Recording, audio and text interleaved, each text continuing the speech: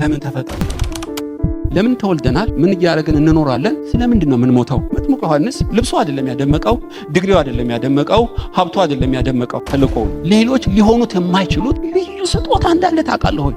በወራት በቀናት በሰዓታት ውስጥ ሚስጥር አለ። ስንት ሺህ ሰረገላ ጦር ያለው ሰራዊት እኮ ነው። በዱላ ነው ማለት ነው። በዚች ዱላ አትበላት፣ የጊዜው በትር በላት። የእግዚአብሔር መልእክተኛ፣ የሚነድና የሚያበራ መልእክተኛ አንዱ ሚዛኑ ምንድን ነው? የኖረው 34 ዓመት ነው። የቀየረው ግን ሀገርን ነው። ዮሐንስ እናቱ ሆድ ውስጥ ሆኖ መንፈስ ቅዱስ መሞላት ብቻ ሳይሆን ኤልሳቤጥ ራሱ የልጁን ንቅናቄ ከመንፈስ ቅዱስ ጋር ያገናኘችው ነው እና ነቢይ እናትና አባት ያሉት ነው። በብሉይ ኪዳን ተተንብዮለታል። መልእክተኛዬን እልካለሁ ብቻ ሳይሆን ራሱ መድኃኔዓለም የመሰከረለትን ታውቃላችሁ። ምን ልታይ ወደ ምድረ በዳ ሄዳ ሸንበቆን ነው አይደለም፣ የተልባ እግር የለበሱ ሽክ ብትን ያለውን የንግስታት ልጆችን ኖ ነብይን 100% ብሎለታል። ታውቃላችሁ ኢየሱስ መልእክተኛዬ ብሎ አላፈረበት እና ዮሐንስ ራሱ በ34 ገደማ ዓመት ቢሞትም ደስታዬ ተፈጸመ ካሉ 4-5 ሰዎች አንዱ ነው እና ይሄ ሰው ሰማያት ተከፍተው የምወደው ልጄ እሱ ነው ሲል አብን የሰማ መንፈስ ቅዱስ በርግብ መልክ ያየው ኢየሱስን ሳያውቀው የእግዚአብሔር በግ እነሆ ያለ እና ጨለማውን አብርቶታል፣ ቀዝቃዛውን አሙቆታል ልትሉ ትችላላችሁ። የሚነድና የሚያበራ ብርሃን ነው። እንደ ኢየሱስ የዓለም ብርሃን ባይሆንም ነገር ግን በዘመኑ ነዷል፣ አብርቷል እና ዮሐንስ የኖረበት ዘመን እና እንደዚህ ሰማይና ምድርን ሊያናጋ እንዴት ቻለ? ለምንድነው በማስም ነው የምታጠምቀው አሉት ኢየሱስን። በጣም ጥሩ አንድ ጥያቄ እኔም ጠይቃቸዋለሁ። የዮሐንስ ጥምቀት ወይም አገልግሎት ከሰማይ ነው ከምድር? ከምድር ነው እንዳይሉ ህዝቡ ሁሉ ነብይ እንደሆነ ስላወቁ ይወግሩናል ብለው ፈሩ። ከሰማይ ነው እንዳንለው ዮሐንስ ስለኔ ስለመሰከረ ለምን አትቀበሉትም ይለናል። አናውቅም አሉት። ዮሐንስ ህዝብ ሁሉ ነብይ እንደሆነ መስክረዋል ይላል። ሄሮድስ የወንድምን ሚስት ፍታ ይለዋል። ጻድቅና ቅዱስ እንደሆነ ስላወቀው በደስታ ይሰማው ነበር። ቤተ መንግስቱን ቤተ ክህነቱን ህዝቡን ያነቃነቀ ሰው እና ዮሐንስ ሲወለድ ሄሮድስ ህፃናትን ሁሉ ገሎ ነበር። ለምን? ሰብአ ሰገሎች ትንሽ ስህተት ይመስለኛል ኮከብን አይተው መጡ። ኢየሩሳሌም ጋር ኮከቧ ጠፋች እና ሄሮድስን የአይሁድ ንጉሥ ወዴት ነው አሉት። ለገዳዩ መረጃ ሰጡት። እንደነሱ የሚሰግድ ነበር የመሰላቸው። እሱ ግን ሰብአ ሰገሎች በመልአክ ተነድተው መንገድ ሲቀይሩ ከ2 ዓመት በታች ያሉትን ህፃን ሁሉ ግደሉ አለ። ራሔል ለልጆቹ አለቀሰች፣ መጽናናትም አላገኘችም፣ ልጆች ሁሉ የሉምና። በየቤቱ ድንኳን ተተከለ።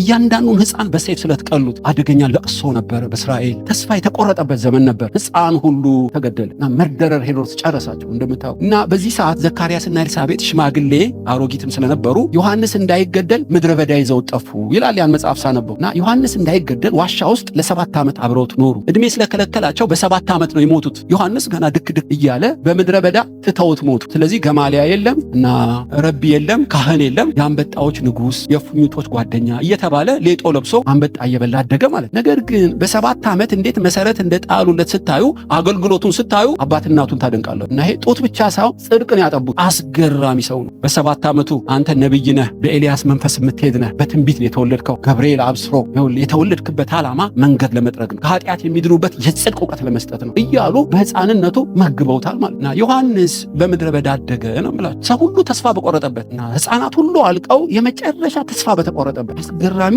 የጽድቅ ብርሃንን እግዚአብሔር ሲያወጣ ነው የምናየው። ዮሐንስ የሚገርም ነው እና የወጣው ከኃጢአት የሚድኑበትን የጽድቅ እውቀት ለመመገብ ከምድረ በዳ ወደ ዮርዳኖስ ዙሪያ ሁሉ ወጣ። እንዲነድና እንዲያበራ የእግዚአብሔር መልእክተኛ እንዲሆን ያደረገው ምንድን ነው? ሉቃስ በግልጽ ሲጽፍልን ተልእኮውን ሳይሆን ልዩ ተልእኮውን ያውቀዋል። የዮሐንስ ልዩ ተልእኮ ምንድን ነው? እንዳገኘው መዘመር አይደለም፣ ቅድም እንዳልኳችሁ እና እንደ ጳውሎስ ማስተማር አይደለም፣ ቤተክርስቲያን መትከልም አይደለም፣ የሱ ስጦታ እንደ ሉቃስ ታሪክ መጽሐፍም አይደለም። አባትና እናቱ የነገሩት ሰማይ ምድር ሳይፈጠር በፊት በዮሐንስ ሊፈጽመው ያሰበውን ልዩ ተልእኮውን አስጨበጡ። የዮሐንስ ተልእኮ ምንድን ነው? ከኃጢአት የሚድኑበት የጽድቅ እውቀት መመገብ ነው። ይህን በምን አወቀው? እና በ8 ቀኑ በተወለደ 8 ቀኑ ሲገርዙት ስምም ሲያወጡ ስሙ ማን ይባል ተባለ። ዮሐንስ ብሎ በብራና ሲጽፍ አንደበቱ ተፈታ። ዘካርያስ መንፈስ ቅዱስ ተሞልቶበትም ትንቢት ተናገረ። የ8 ቀን ልጁን ከኃጢአት የሚድኑበት የጽድቅ እውቀት ትሰጣለህ ብሎ ተልእኮና ዮሐንስን አገናኝ።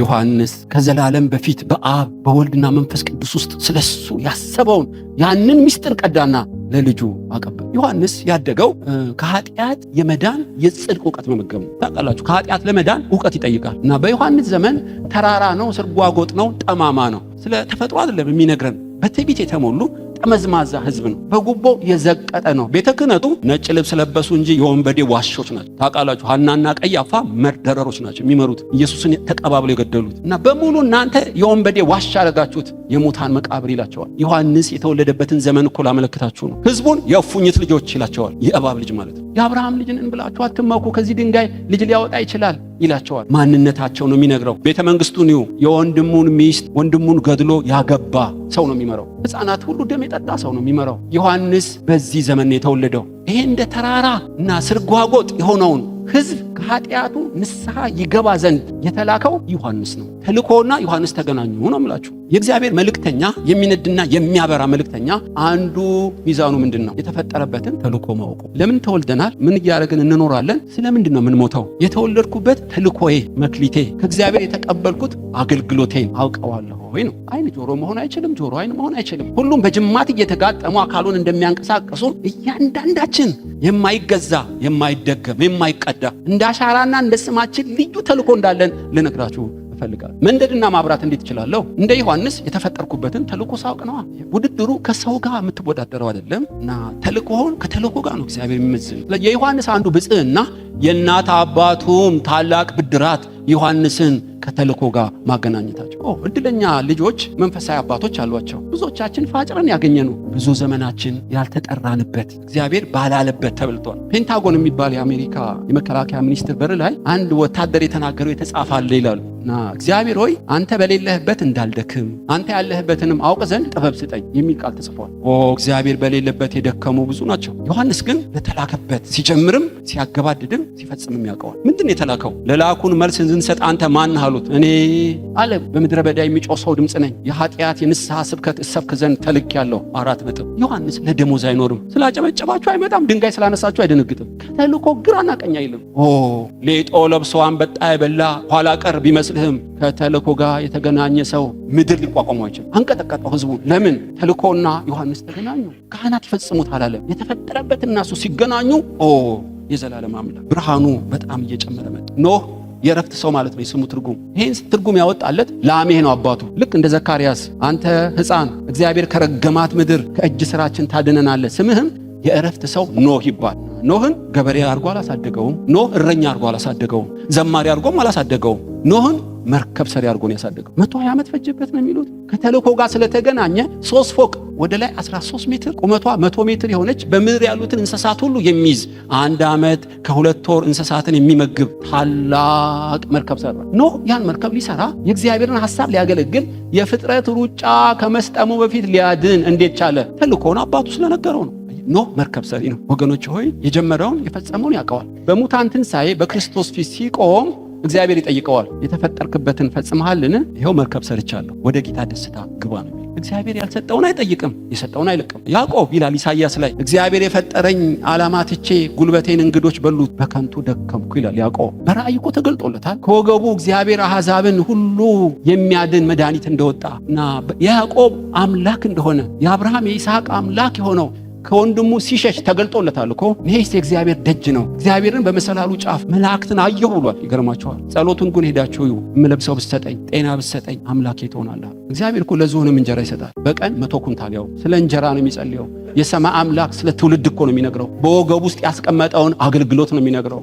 ስለ ልብስና ስለ እንጀራ ሆይ ዘላለም አምላክ ኃጢአት ባይሆንም አይመጥነው። በእውነት ነው የምላችሁ። መላእክት የቸኮሉበት ስላሴዎች ከሰማይ ትኩረት ያደረጉበት ልዩ አጀንዳ ያዕቆብ ሳተው። ለበጎችና ለሴቶች ጨረሰው። ፈርዖን አጭር ጥያቄ ነው የጠየቀው። እድሜ ስንት ነው አሉ። ይህን ጥያቄ ባጠየቀኝ ደስ ይለኛል። ለምን 100 ምናምን ዓመት? ለምን ጥቂትም ክፉም በለው። ወደኋላ ሲያየው ለሚጠፋ ለምድራዊ ነገር አብዛኛው እድሜ። ዮሐንስ ግን እንደዚህ አይደለም። ተልኮና ዮሐንስ ተገናኝተዋል ወገኖች። ብዙዎች ግን እንደዚህ አይደሉም። ሙሴን ማልድ በለው ያምርበታል። እባብ በምድረ በዳ መንገድ ብራ በለው ያምርበት። መጥምቁ ዮሐንስ ከኃጢአት የመዳን የጽድቅ ስብከት ስበክ በለው ያንቀጠቅጣችኋል። ዮሐንስ በጳውሎስ አይቀና። እንደና አጵሎስ ምን ነው ቁጥር 1 2 እያልኩ ባስተማርኩ አይልም። የተሰጠውን አይለቅም። ሌላ ለመሆንም አይፈልግም። የነደደና ያበራው ለዚህ ነው። አገልግሎት በሙከራ እና በኩረጃ የሚሆን አይደለም። መለኮታዊ ነገር በስጦታ ነው። ብራዝ ከጌታ የተቀበልከው ሌሎች ሊሆኑት የማይችሉት ልዩ ስጦታ እንዳለ ታውቃለህ ሆይ። ዮሐንስ ሰማያትን ያስደስተው በሰው ልጆች ሁሉ ተቀባይነት ያገኘው አርቲፊሻል ማንነት የለው። የተሰጠውም ይሆናል። እግዚአብሔር የሚከብረው ልታደርገው የተሰጠህን አውቀህ ስትፈጽመው ነው። በምድር ልታደርገው እንደ ክርስቶስ የተሰጠ ስራ ነው። ለአግሪጳ እንደዚህ በሉልኝ፣ ከጌታ የተቀበልከውን ትፈጽም ዘንድ ተጠቀቅ። ያልተቀበልከውን አይጠይቅህም። በተቀበልከው ከኖር ውበትህ እየጨመረ ይመጣል። ወገኖች ወይ እንደ እብድ እርሻ ልንሆን የእግዚአብሔር ፈቃድ አይደል? አስቴር በ127 ሀገር ላይ ንጉሥን አገባሽ። ጸጉርሽ ርዝመቱ፣ ቅርጽሽ ማማሩ፣ በብዙ ሽቶና ከርቤ 6 ወር አይደለም ተዘጋጅተሽ ነው የመጣሽው። ከብዙ ሴቶች ሞገስ አገኝተሽ የወርቅ ዘንግ አነሳልሽ። ለምን ይመስልሻል? ለዚህ ጊዜ ነው። ሂጂና ንገሪው ለንጉሱ። አልጠራኝም እሞታለሁ አይደለም አስቴር። ይሄ ሁሉ ቅንብር፣ ይሄ ሁሉ ግርማ ሞገስ፣ ይሄ ሁሉ ተክለ ቁመና ለምን ይመስልሻል? እግዚአብሔር ለዚህ ጊዜ ስላዘጋጀሽ ነው። እምቢ ብትይ መዳን ከሌላ ስፍራ ይሆናል። እኔ እንዳንቺ አይደለም ተልኮዬ ወደ ንጉሱ ለመግባት። የኔ ተልኮ አይደለም። የኔ በደጅ ላይ ነው አገልግሎቴ። ያንቺ አገልግሎት ልነግርሽ ፈልጋለሁ። ዘካርያስ እንደነገረው መርዶኪዮስ ይነግራታል።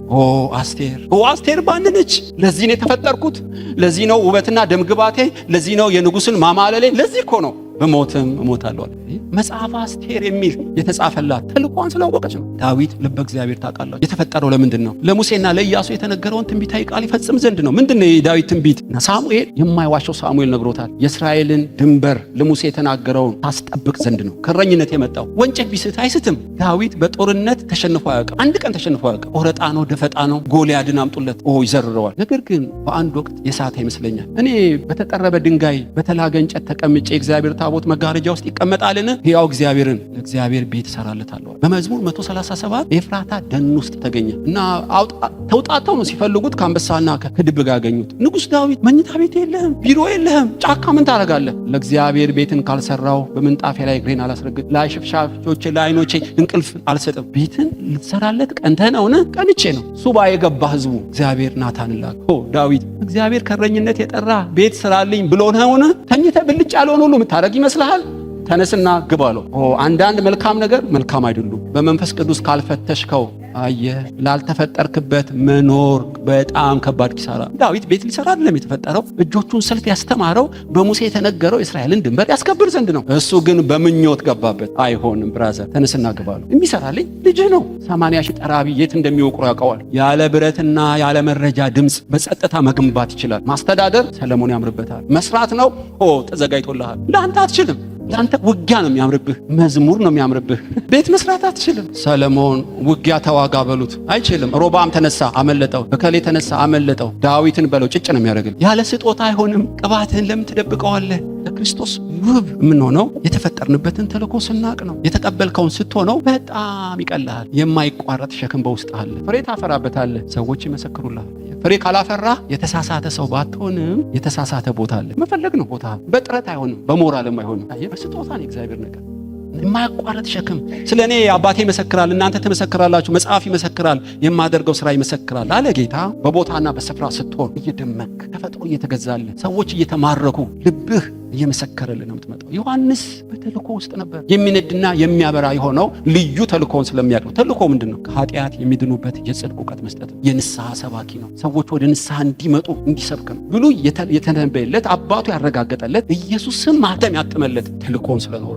ይሄ ብቻ አይደለም። ዮሐንስ ታውቃላችሁ፣ ዘካርያስ ሉቃስ ሲጽፍልን የእግዚአብሔር ቃል ወደ ዘካርያስ ልጅ ወደ ዮሐንስ በምድረ በዳ ቃል እስኪመጣለት ተቀምጧል። ምድረ በዳ እኮ የሚንቀለቀል ነው፣ ሰው የሚኖርበት አይደለም። ዮሐንስ መንፈስ ቅዱስ ተሞልቷል። ምድረ በዳ የቆየው ያነሰው ትምህርት ስላለ አይደለም፣ የመለኮትን ጊዜ ሲጠብቅ። ተልእኮውን ማወቅ ብቻ ሳይሆን ጊዜን ማወቅ የመልእክተኛ ሁለተኛ ባህሪ። ዮሐንስ ጊዜውን ያውቃል። በዛ ምድረ በዳ ምን ታደርጋለህ? የዘካርያስ የኤልሳቤጥ ልጅ ከሆንክ መልእክተኛ ነህ፣ የኤልያስ መንፈስ አለብህ ከተባልክ ብትለው ብራዘር በጊዜ ነው የምወጣው። እግዚአብሔርን አልቀድምም አልዘገይም። በጊዜው ስለወጣ ነው ውበቱ የጨመረው። ትዝ ይላችኋል ሙሴ 400 ዓመት በግብፅ ይገዛሉ ብሎት ነበር ለአብርሃም። ግን 40 ዓመት ቀድሞ አንዱን ግብፃዊ አንቆ ገደለው። አይሆንም፣ በጡንቻ አይሆንም። ፈርዖን አሳደደው፣ እረኛ ሆነ። በጎች እየጠበቀ ሚስት አግብቶ ልጅ ቢወልድም ነገር ግን እስራኤልን ለማዳን ከ40 ዓመት በፊት ቀደም። ትዝ ይላችኋል ቁጥቋጦ ሲቀጣጠል ራእዩን ለማየት ሄደ። ሙሴን የአባቶች የአብርሃም የይስሐቅ የያዕቆብ አምላክ ነኝ፣ ጫማህን አውልቅ፣ አቴንሽን ስጠኝ ነው። ከሰማይ የሕዝቤን ጩኸት ሰማሁ፣ ላድናቸው ወረድኩ። እስካሁን የተነበርክ እግዚአብሔር ሆይ ሙሴ ውረድ ስትለኝ እኮ መወርድ፣ ውጣ ስትለኝ መውጣ አምላክ አይደለሁ። ለአባት ለአብርሃም ከ400 ዓመት በኋላ እወርዳለሁ ብየዋለሁ። ሚስጥሩን አልደበቅኩም። ከ40 ዓመት በፊት ለማዳን ሙከራ ያደረኩት ከጊዜ ውጭ ነውን? ከጊዜ ውጭ ነው። ይኸውልህ አሁን ሰዓቱ ሞላል። እናስ ሕዝቤን ከፈርዖን እጅ አድን። ከፈርዖን እጅ ስንት ሺህ ሰረገላ ጦር ያለው ሰራዊት እኮ ነው። በዱላ ነው ማድነው። በዚች ዱላ አትበላት፣ የጊዜው በትር በላት። ኤርትራ ባህር ሰላምታን የሚሰጣት በዚች በትር ላይ ማንም ሊቋቋም አይችልም። ፈርዖንን ታንቀጠቅጣለች፣ ጠንቋዎችን ታንቀጠቅጣለች። አለቱ ውሃ ያወጣላታል። ለምን ቀባሃት እንደዚህ? የጊዜው በትር ነች ሙሴ። ስለ ጊዜ ልንገር፣ ያለ ጊዜ አይሆንም። አንተ ነብይ ነህ፣ ራስን ግለጥ። ለእናንተ ጊዜ ሁሉ ምቹ ነው፣ ለእኔ ግን ጊዜ ገና ነው። ልጄ ሆይ ወይን ጠጅ እኮ አለቀባቸው። እናቴ ሆይ ጊዜ ገና ነው። ኦ አባት ሆይ ሰዓቱ ደርሷልና ልጅህን አክብረኝ። ጊዜ እንደ ሰዓት ክብ አይደለም። እንደምታዩት በየዘመናቱ እግዚአብሔር ፕሮግራም አለው። ጠቢብ ሰው መቼ ምን ማድረግ እንዲገባው ዘመንን ያውቃል። ሰነፎች ስለ ጊዜ እውቀት ያላቸው። ዳንኤልም የ70 ዓመት ምርኮ እንደተፈጸመ ባየ ጊዜ ለራሱና ለሕዝቡ ይጾምና ይጸልይ ዘንድ ጀመረ። ገብርኤልም ከሰማይ እየበረረ መጣ። የተወደድክ ዳንኤል ሆይ አላለውም፣ እጅግ የተወደድክ ዳንኤል ሆይ። ጸሎት አረገ። ስለ ጾምክ አይደለም፣ ስለ ጸለይክ አይደለም፣ የጊዜው ጸሎት ነው። ይኸው 69ኛው ዓመት ብትጸልይም ብትጾምም ቢሰማህም አይመልስልህም። ጸሎትህና ትንቢታዊ ቃሉ ተጋጠመ። በጣም አስገራሚ ሰው ዳንኤል የጊዜን ምስጢር ያውቃል ማለት። ኢየሩሳሌም የመጎብኘትሽን ጊዜ አላወቅሽም ብሎ አለቀሰላት። ዘመን አለማወቅ አምላክ አስለቅሷል። የጊዜን ምስጢር እንድናውቅ የልቦናችን አይኖች ይክፈት። በወራት በቀናት በሰዓታት ውስጥ ምስጢር አለ። ጌታ ኢየሱስ ታውቃላችሁ፣ በዚህ በ12 ዓመቱ እኮ አንቀጥቅጣቸዋል። ሲናገርና ሲጠይቅ ሲመልስም ተገረሙ ሊቀ ካህናቱ። ነገር ግን አልተገለጠም። ለምን? ጊዜው ገና ነው። እውቀት አንሶት ነው። አምላክ እኮ ነው። በ30 ዓመቱ ሲጠመቅ ሰማይ ተከፈተ። ኢየሱስም በይፋ ማገልገል ጀመረ። በ3 ዓመት ተኩል ገለበጥ። አባቶች ሰዓቱ ደርሷል ይላል። ትዝ ይላችኋል። አቢግያም ናባልን ነበረ ባሏ፣ ባለጌ፣ ተሳዳቢ፣ ስንፍና ያደረበት ምናምንቴ፣ ሰካራ። አቢግያስ አእምሯ ታላቅ፣ ውበቷ ድንቅ እና ወንዶቹን ሁሉ ግደሉ አለ ዳዊት ስለሰደበው። አቢግያም እየበረረች ወደ ባሏ አይደለም ወደ ዳዊት ሄደች። አትግደልብኝ፣ እሱን ከገደልከው ከስራት ተፈታው፣ ሁሉን ላገባ እኮ እችል ነበር፣ ነገር ግን ጊዜው ገና ነው፣ እንዳትነካው። አስገራሚ ሴት ነች። በ10ኛው ቀን እግዚአብሔር ናባልን ቀሰፈው። ጊዜን ታውቃለች። ሕያው እግዚአብሔርን ወንጭፍ በድንጋይ እንደሚጣል ነጥሎ ይመታዋል። አንተ ከጊዜ በፊት ቀደምክ፣ እጅን መልስ ትለዋለች። እና በ10ኛው ቀን ስትነግረው ልቡን መታው። በ10ኛው ቀንም እግዚአብሔር ቀሰፈው። አቢግያም ተፈታች። አቢግያ ላገባሽ ይፈልጋል ዳዊት፣ ፈጥና ሄደች። አስገራሚ ሴት። ይሄ አእምሮሽ ይባረክ። የቱ አእምሮዬ? ፈጥኖ ያመጣሽ። አቤት ጊዜ ማወቀሽ። በዓለም ሁሉ ወንጌል እንድንሰብክ የእግዚአብሔር ፈቃድ ቢሆንም ስፍራና ዳርቻ የሚመድብልህ የእግዚአብሔር ኢየሱስ ነው። አንዳንዴ ብር ብለን ስፍራችንን ያለ ምሪት እንለቃለን። ስለዚህ ስኬት የሚያንስህ አንዳንዴ ያለ ምሪት ስፍራን ስለቀየርክ ሊሆን ይችላል። በሁሉ ቦታ ስኬት የለም። አንዳንዴ ስራውን እስኪጨርስ ድረስ ስጋህን በጥርስ ነክሰህ ባይመችም እግዚአብሔር ይመቸው። ስፍራውን የሚለቅሰው ከጎጆ እንደሚርቅ ወፍ ነው ይላል። በዓላማ በአንድ ቦታ ሲያስቀምጥህ ከመንፈስ ቅዱስ ጋር መናበብ ጥሩ ነው። ዮሐንስ በዮርዳኖስ ዙሪያ ሄደ። ለምን ሄደ? ውሃላ ለማጥመቅ ነው የተላከው። የሄደውም በወንዞች በባህር ስር ነው። ዮሐንስ መቄዶንያ አልሄደም፣ ሮም አልሄደም። እንዲያውም ከዚህ ከገሊላ ውጪ ያገለገለበት ስፍራ የለም። ኢየሱስም በ9 ወሩ ወደ ኤፍራታ ሄደ። ለምን ሄደ? መወለጃ ስላጣ አይደለም። አንቺ ኤፍራታ ቤተልሔም፣ ሕዝቤን የሚጠብቅ መስፍን ካንቺ ይወለዳል ስለተባለ ነው። ወደ ግብጽ ይጃላት። ለምን?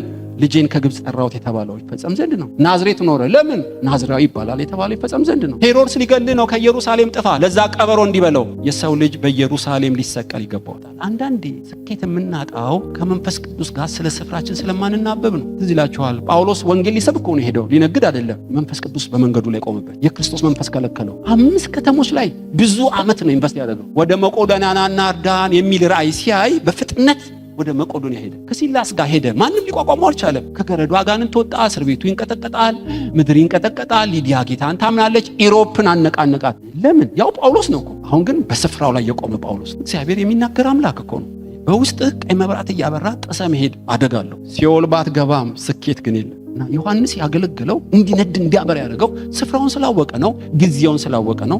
ልዩ ተልእኮውን ስላወቀ ነው። ሰዎች ሁሉ አንተ መሰከርክለት፣ ወደ ኢየሱስ ሄዱ ተባለለት። ኢየሱስ አረጋገጠለት። ደስታዬ ፍጹም ሆነ አለ ዮሐንስ።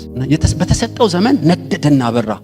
ሁሉ የተጻፉ ገጾች ነበሩት። ለምን? ጊዜውን ያውቃል ዮሐንስ፣ ስፍራውን ያውቃል፣ ተልእኮውን ያውቃል። እንደ ፀሐይ ብርሃን እየደመቀ በስብከቱ ክርስቶስ እየጎላ ብዙዎችን መሪ ጌታ ሆኖ ወደ ክርስቶስ መራጭ። አስገራሚ ዮሐንስ። ዮሴፍ እባክህ ለፈርዖን ንገር፣ ምንም ሳላረግ አሰሩኝ። ኖ ዮሴፍ፣ በመልክተኛ አትወጣም፣ በአጋጣሚም አልታሰርክ። ሰዓቱ ሲደርስ ያስቸኩልሃል። ታውቃለህ፣ የታሰረብህ ለሚገለጠው ክብር እንዲያዘጋጅ ነው። ምድረ በዳ በሳት ያቃጥልህ አይደለም። ሰዓቱ ሲደርስ ትፈታለህ። የጊዜው የመለኮት ፕሮግራም ምንድን ነው? እግዚአብሔር ልቦናችሁን ይክፈት።